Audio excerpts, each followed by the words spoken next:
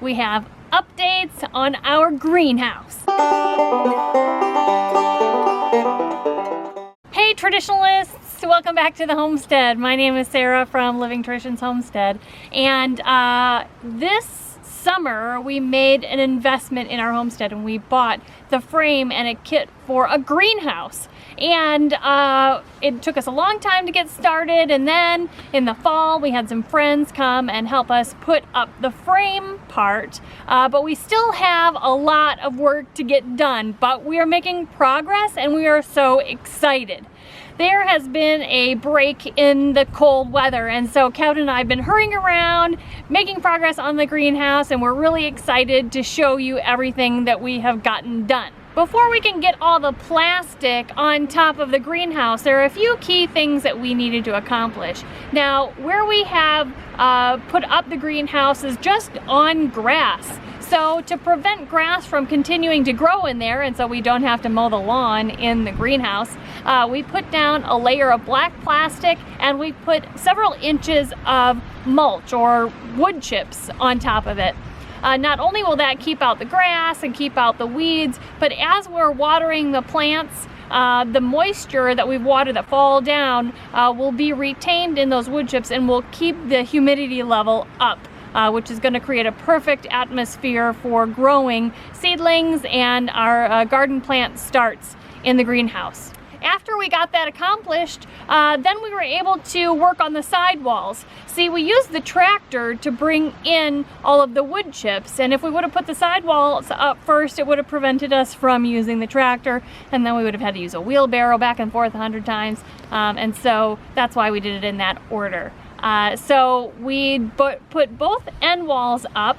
At the front of the greenhouse, we will be putting in a storm door so that we can go in and out. It's a glass door. It'll open so the breeze can come in and that kind of thing. On the back, though, end wall, we're just keeping it solid for now. In the future, we may change our minds and want to put a second door back there, but right now we just want to get one door in, and if we change our minds, we'll take care of it later. So I'd love to take you into the greenhouse and show you where we have left off, kind of tell you some of our plans, and go from there. So you can see this is our end wall kit. We have some boards down here, and we put up this frame basically. This is where the storm door will go, and then when we put the plastic on, the plastic over here will kind of hook inside the door frame, and then on these tracks that are along the bottom here, this is actually along the entire outside of the greenhouse, the plastic will go over it, and then there's what's called wiggle wire that goes in here that holds that plastic down. So that's for another day. So we put the end wall up on the front side and on the back side, way in the back. Now this is a 32-foot long by 16-foot wide greenhouse. And our plan, at least for this first summer, is that we will have a row for plants on both sides. We're going to raise seeds into seedlings and then have them in trays like you would get at the nursery. We'll have a row of those for the first 24 feet on both sides. Now this first year, we're not going to put a row down the middle. If everything goes well and we can handle everything that we do this year, we may expand next year and add another row down the middle. But this year we'll just use that as a workspace. In the back, the last 8 feet, so the last 8 feet we're going to put in a raised bed garden.